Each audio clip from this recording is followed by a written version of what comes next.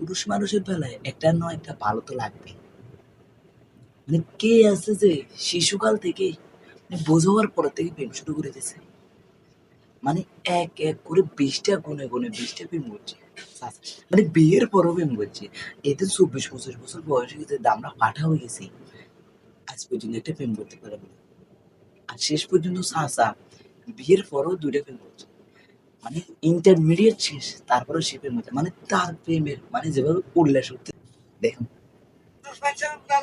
তখন আগে একটু ভালো লাগে, ওর ভালোবাসা চলে আসে। আমি ক্লাস 2 থেকে একজনকে ভালোবাসছি, আবার 5 থেকে একজনকে ভালোবাসছি, আবার 6 থেকে একজনকে ভালোবাসছি।